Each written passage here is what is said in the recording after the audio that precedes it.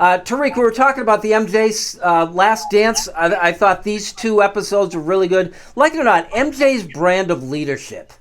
It is for the alpha. And if you are an alpha and you know anything about anybody who is an alpha, that's exactly what he is. He is one of those that will get in your chest, demand the best out of you. There was a method to the madness. I don't know what he was worried about. This whole thing about, people are not going to like me after this. I'm like, no, they've loved you for years. You know how hard it is to get somebody that you love to hate you?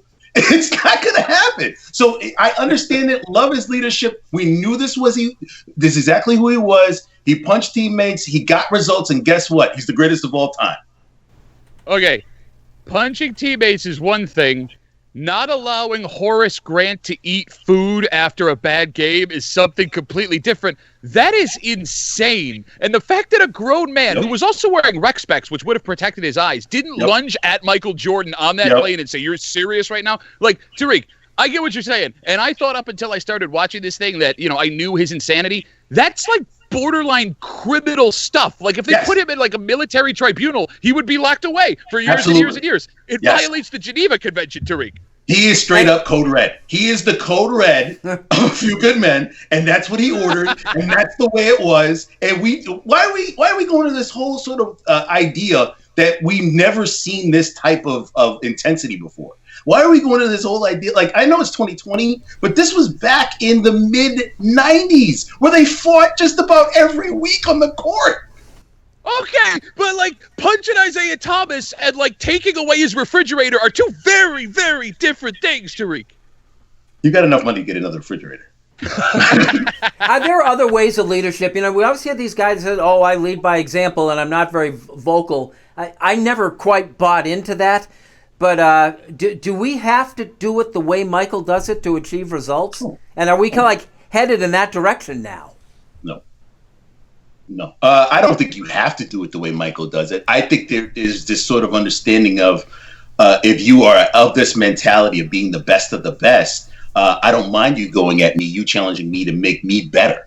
It rubs people the wrong way that are not in that culture. But Duffy, there are times where people got into your face and it wasn't so much an ego thing as I got to pull the best out of you. And that's the way Michael explained it.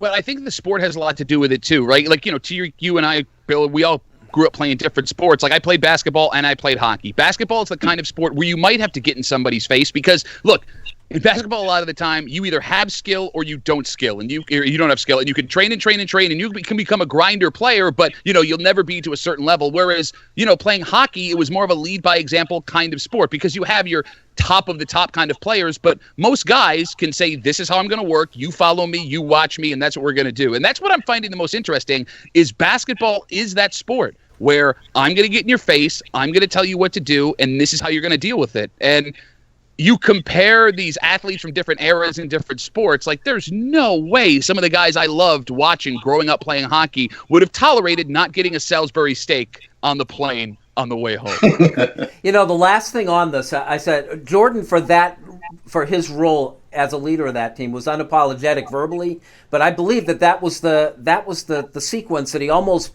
broke down at and said, cut, when he was talking about his role as a leader and whether or not it made him more or less liked. And that kind of surprised me that he was emotional about dealing with that issue, Tariq.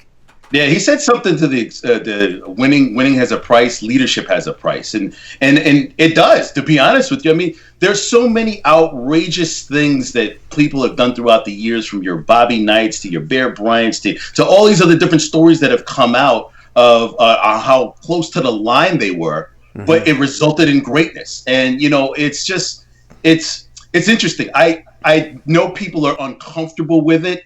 But I think in the sports world, people who understand it are not uncomfortable with it.